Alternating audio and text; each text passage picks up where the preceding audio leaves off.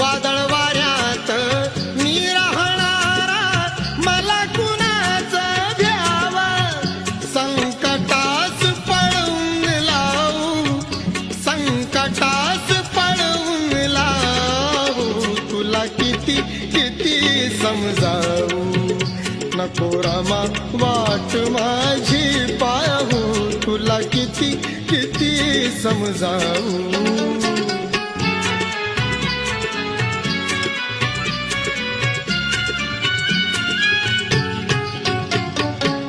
समाजासाठी